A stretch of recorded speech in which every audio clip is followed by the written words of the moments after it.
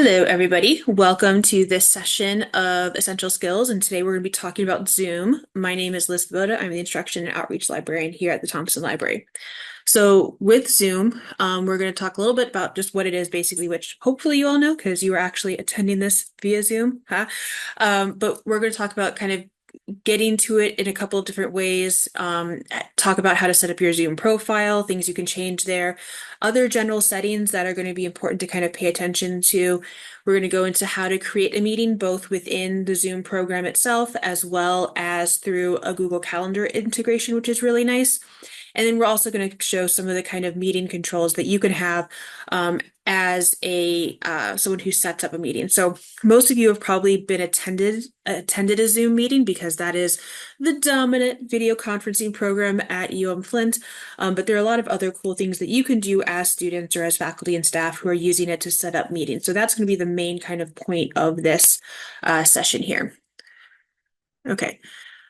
Sorry. So getting to Zoom, which obviously, you can open up a meeting link that's sent to you. That's how most of you attended today. There's also this online website, umich.zoom.us, which is kind of the University of Michigan's access to Zoom. And then, of course, you could have a program that's actually downloaded on your desktop. But let me pull in here the website version of this, okay? So if you go to umich.zoom and like you don't want to actually download the program, which actually I highly recommend that you download the program to your website. It's just a little bit more seamless in some ways. You can join from here. You can even host from here. But I'm actually going to have you sign in and kind of configure my account a little bit. So again, with everything on the university campus, you will need to log in with your unique name and password. Also go through the dual push as it asks you to do for security purposes, like so. And then on your it'll kind of default to showing your meetings that are coming up. So I have definitely a few things that are kind of recurring for me. So including this library webinar, meeting with a student that I have kind of on the recurring basis too. You can see previous meetings that you've attended, other things like attachments and personal meeting rooms. So like if you set up, everybody has their own meeting room that they kind of set up through Zoom. So this is something that I use if I need to more casually meet with someone, or we didn't have a setup time, but we need to meet kind of automatically. I can actually send them this link here, and I'll show you how to change this so that it personalized like this. And you can actually send it to them and just hop into a meeting chat really quickly as well. You can even set up like templates. So if you know that you're going to be hosting a lot of the same thing, like so for the avoiding plagiarism webinars I do, I've actually set up a template so that it has all the same kind of polls and things that go through that I need for every session. And then, for example, like when I was helping with faculty senate meetings, I also set up a template this way too. Okay, so there's a lot of different kind of integrations you can do here with meetings just in general. But on this profile page, this is also where you can go in and edit things. So for example, if you wanted to add in a picture of yourself, you can do that, right? So you can upload here and I can like move it around and, kind of center myself in the frame a little bit more. This is also what will show up on your black box. So if I turn off my video, there's still my picture there, okay? So that's one of the things that you will see on here. You can also put in, your pronouns, so it's just a good kind of rule of thumb to have that going. And you have some things like you can add in location and company name. I add in like my department and my job title, which they don't necessarily always show up, but it's there. And then you've got more information. And this is where you can set up that personal meeting. So you've got this ID here that I've kind of set up as well. But this is where you can get that personalization link here and you can customize it over here as well. So if I wanted to change this from my unique name to something else, I could. I do suggest using your unique name because it's really easy and it's kind of the way that most people will get a hold of you on campus. So it just kind of makes it a nice way to do this. Okay. Then I'm going to save everything I've changed. I will say the other place to really look is at settings. So these settings are sometimes a little bit overwhelming. So these are things to kind of think about as you are joining. So the meeting, this is where you're going to have a lot of information. So for example, for security, you either have to require like a waiting room or passcode, so send it out to make sure that you're not Zoom bombed. You can add these things in here. In the kind of this is all that requires the passcode and everything else down this way. Um, when you're scheduling a meeting, you can say, yes, I want the host videos kind of to start automatically and participants videos to come on automatically. How do you would like people to join your meeting? Even farther down below into the meeting basics, you can, allow users to save the chats that you're sending. You can allow them to kind of move in, and you have a lot of control over how people communicate in your meetings, okay? And they can set this for themselves. So if you're invited to a meeting, you can't change all of this, but the host of the meeting does as well. So there's all sorts of things that you can kind of play around in here and look at, which depending on what you're using this for, may or may not be as important to you. But I wanted to point out that there is quite a bit of additional settings that you can use in here. All right. But for the average user, once you get your kind of profile set up and you can go in and look at meetings and schedule a meeting from this point, that's pretty much what you're going to be doing. Okay. Um, I will say that getting the downloaded program is probably how most people is how I use it. I have it up on my screen, and typically when you add or attend a meeting, using it in its own program is a little bit better than using it as a browser window. It just seems to work better on my end. So let me show you how to get to that, or what that program looks like.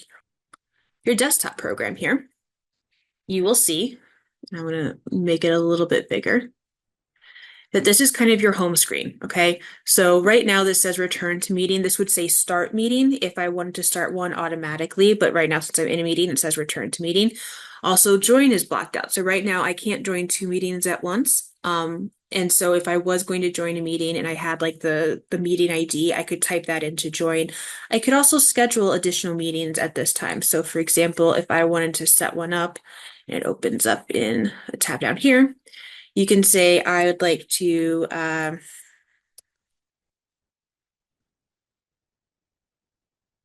set a date and a time. So say for tomorrow, we'll make it 1 o'clock, just so my colleagues don't really get angry with me and have a 4 o'clock meeting on a Friday. I can also start typing in addresses here as well. Make sure that's good. And add in additional people, and it will actually kind of search for people as I'm going through, people that are in the University of Michigan system. But if you did want to meet with someone outside of the University of Michigan system, you can again type in their addresses here too. Then, you can use either your personal meeting ID, or just have them generate a full new one. It really doesn't make a whole lot of difference between the two. You can also, there is some sort of security that is required for all of these meetings. So either it requires a passcode or at least a waiting room. And if you choose only authenticated users can join, that means they have to be University of Michigan employees, students, staff members, that kind of thing. And then it'll say here, I want all of my videos to come on. People can dial in here as well. And, you can see that the calendars kind of post up here too. So I'm going to say it's a Google Calendar. The other thing is you can kind of mute participants on entry. So if you're expecting a lot of people to come in, and there might be some people coming in later, you might want to say that you're going to mute them. You can automatically record the meeting, and even approve or block different people if you've been Zoom bombed before. The other thing that's really nice about this is if there are multiple people who you kind of want help running a meeting. So say you're doing this for a club and you want both your president and your vice president to have access to this and do some of the controls. You can add additional people down here, and this will make them a co-host, and this will enable them to let people in from the waiting room. This will allow them to share their screen automatically. They can kind of mute participants and do all sorts of other stuff if they're a co-host here. So I'm going to put this just as a test. And so that might, and what will happen is that my colleagues who I've entered in here, they would get an email saying that, hey, we have a meeting, we're going to set this up for 1 tomorrow. And then once I send this invite, they'll get a calendar invite. And I will sign in and give me one too. I'll have to kind of accept that. Yes, Google wants to make a change to my calendar here. And this is what comes up. So this is the Zoom workplace kind of, or the Zoom downloaded issue. You guys probably will not see phone at all because that is something that's specific to faculty and staff here at the university. But in meetings, you can see upcoming meetings. So remember that library meeting test that I had? I can copy the invitation if I wanted to add more people. I can edit it from this room. I can also delete it. And you can see kind of what the meeting invitation looks like here as well. And so in this case, I'm going to delete it because I don't actually need it. But you'll see that I do have some upcoming meetings that are coming from other organizations, or if I've got some of those recurring meetings that I've been invited to, they're showing up here as well. Okay. Then otherwise, up at the top, the only other place to really look is your actual kind of profile here as well. So there's a cute little photo of me up here, shows some information. And then there's some additional settings that you can work on in this section too. And they pull down below. And so these are the settings that you are most likely going to need to kind of look at, okay? So in general, I want to say pull some of these up. If you use dual monitors, it might ask you some things about how your screen presents, shows some timers, some other things that you look like. And you can also choose like appearance. Like if you are using you're used to using dark mode, you can change it to dark mode versus light mode. So for example, if I do that, it turns into dark mode, or it might want to follow the system setting that you already have. You can also choose a classic theme or color. You can choose for when you throw reactions up in Zoom, which I'll show you in a little bit. You can choose a particular skin tone if you'd like. You can also animate the emojis or have only a few or activate emojis on hand gestures, which is a little wonky sometimes. But there's other things that you can do here as well. Okay. With video, this is another important thing. So you'll see it's looking at my camera right now, but if you have additional cameras, you can set them to like your back cam or a USB webcam or something else like this. You have other additional kind of things you can do where showing your name, I always have the preview so I know what I look like and I don't have like something on my face before I join a meeting. So there's a couple of other things that will kind of show up, and then things that you can look at. And of course, there's always advanced options as well. With audio, you can test your speaker and test your microphone as you're going through. You can kind of make it a better profile. If you do have like someone is trying to get a hold of you over the Zoom phone, if you're a faculty or staff member, you can kind of mess with the ringtones as well. Is there anything under advanced? No. Okay. With share screen, there's a couple of things you can look at here. So things like scale to fit content to the Zoom window, that's always a good one to do, just so that it is you don't have to like resize the window as you're kind of working in Zoom. And applications, you want to share an individual window, or do you want to share your entire screen? Do you automatically want to share your desktop, or do you want to see some sharing options? And I'll show you what those look like in a little bit as well. I'm going to skip down here, but with backgrounds and effects, this is where you can have a little bit of fun, right? So right now, I've got it adjusted for low light because my office is sometimes a little bit dark.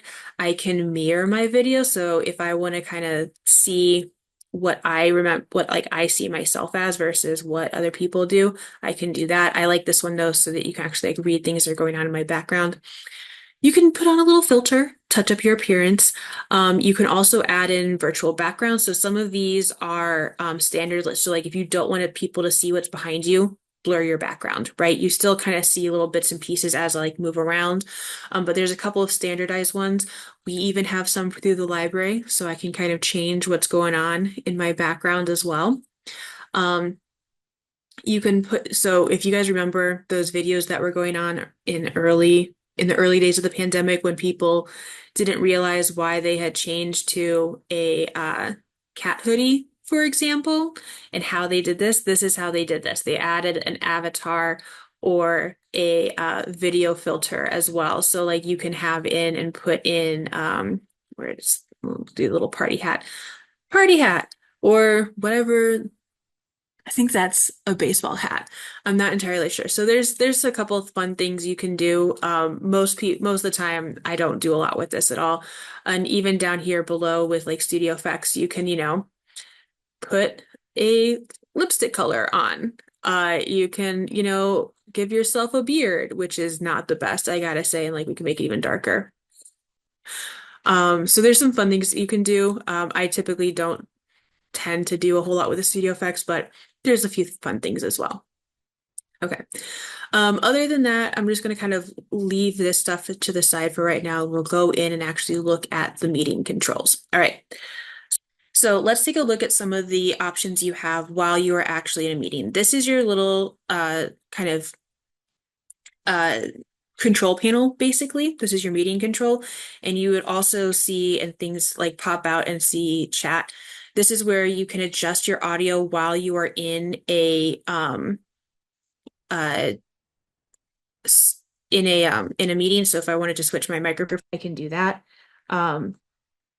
I can also kind of test the microphone and audio if I'm actually in this meeting already. And these are the video and the audio ones you should have as well, so that you can test them even if you are a participant. Okay. With video, I can, check and do some of these things. So if I don't want to go in and I want to adjust my background and filter, I can do this right now from here. Some of those same kind of filters that you saw earlier. You can see a participant list. So if I open up that, I can see everybody. And because I am the host of this, you'll see that I can ask Jocelyn, for example, to unmute. I could also even make her a co-host or rename her. So sometimes if you kind of dial in with a phone, your host can actually go in and rename people as well. So there's a few things there, and you can when you're on the participant list. Okay. With the chat, you can send a message to everyone. Hello. And it shows up here. You can add reactions to an individual chat, like so. You can also add a reply directly to yourself there, right? And they kind of create like a thread within this. Or if you wanted to type a new message and start a new thread, that pops up there. The other thing that you can do in this little chat here is you can send a message directly to someone else. So in this case, if I send a message now, only Jocelyn would be able to see it. No one else in the chat would be able to see it. And Jocelyn could again send that back to me. Now, these do show up in chat transcripts, so just kind of be careful if you are allowing anybody else to see it. So just an FYI, instead of trying to be a sneaky snake there. You can do some formatting. So if you wanted to bold something, or you wanted to send a link or add in size, add in some additional indents and stuff, there is a little bit of editing you can do. Not entirely sure why it's always necessary, but you can do that. There is a full slate of emojis that you can add in as reactions, not just the kind of standard ones that show up here. You can also add files. So for example, if you guys are working on documents and want to send things back and forth and you want to do it through Google Drive, you can do that. You can upload things from your computer as well, like from your downloads folder, your documents folder, anything else that you've got, and other types of integrated sharing as well. You can also like take a screenshot of what's going on and send this to a capture, and you can even kind of draw and say, remember, we've got this big meeting on Monday that we all need to be at, right? Or if you wanted to undo it and then grab it and make it a little bit prettier, you can do that too. And you can change like the thickness and stuff and make it bigger. So there's a lot of different things you can do, and this would actually capture it, and then you can send it to everybody in the chat, like so. Okay. So there's a lot of different things you can do here within the chat, but this is not the only place that you can kind of annotate things as you go along. The sharing options, this is where you actually kind of see, first off, that I am actually sharing, and it shows exactly what my screen looks like. So if you ever have multiple monitors that you're dealing with and you're kind of unsure about what you're doing, that's there. You can stop your share at any time. The other thing that you can do is you can allow multiple people to share simultaneously. This can get a little crazy. I personally, for someone who kind of needs to be able to focus a little bit more, I might only allow the one person to share at a time. But if you wanted to share, what comes up is this little application window here. And you can share, again, I've got a couple of different monitors, so you can go by the screen that you're sharing. You could say, oh, I really just want them to see the Google slides, and this would change what they see. Okay. Um, in this case, I'm going to keep it on share screen too. The other thing though, you can just like look at a document. Okay. So for example, if I wanted to work on a whiteboard and kind of brainstorm with people, you can do that. You can also do an advanced thing. So if you wanted to have your PowerPoint come in as your background, you could do that. Or if you only wanted to share one portion of your screen, or maybe it's just the audio on your computer, you can do that as well. You can also share sound that's coming from your computer, which I just figured out how to do that the other day.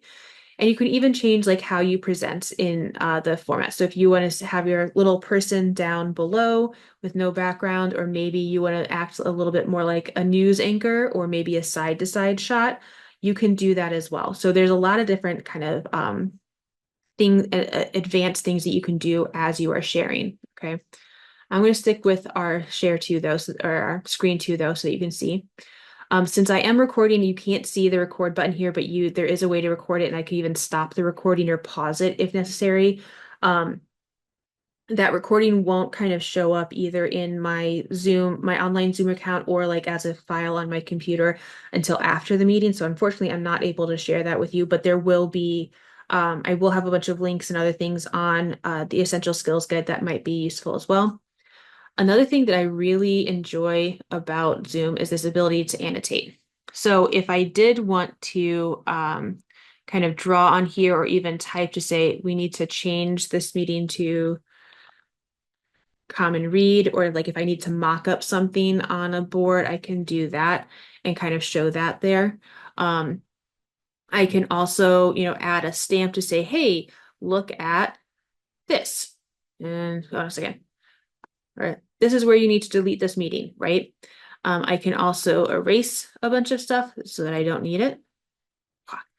And then there's even things like being able to kind of draw in itself, and like you can do shapes and you can do arrows. So I can say, I'm going to move this to here, something like that. So there's a lot of different options you can do to kind of move around. And you might do this if you're trying to kind of draw attention to things. And you can then again, clear all the drawings, clear viewers' drawings, this kind of stuff. There's a lot of different options that are happening here.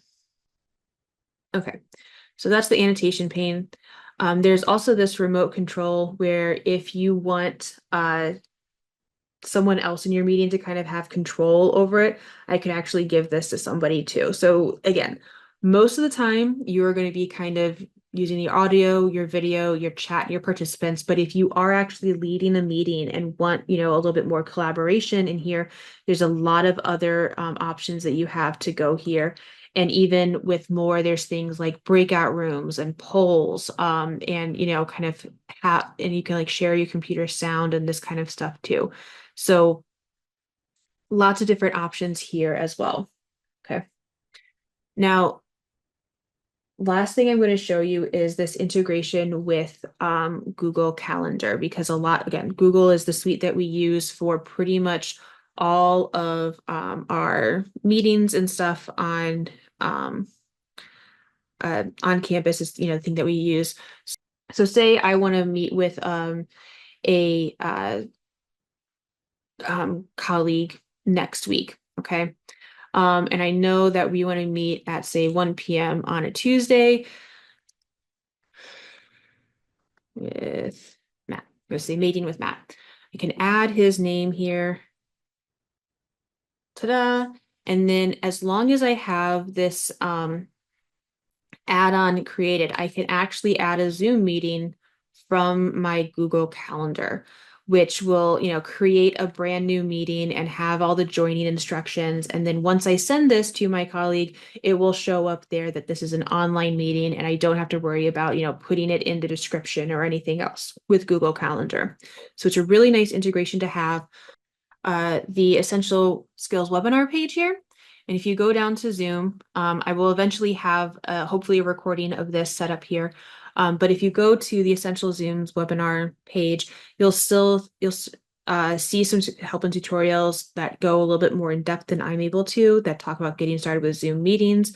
The Zoom at UMich, this is where you can kind of go through and get some things kind of together from the university. And then the Google add-ons for Google at this is where you go and can download Zoom for Google Workspace, which is again that main calendar integration that we have going.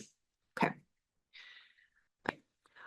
So that's all I have for you. Are there any questions that I can answer right now, or something that you want me to go a little bit more in detail with? Thank you for watching this recorded webinar. Find upcoming webinars to register for at libcal.umflint.edu.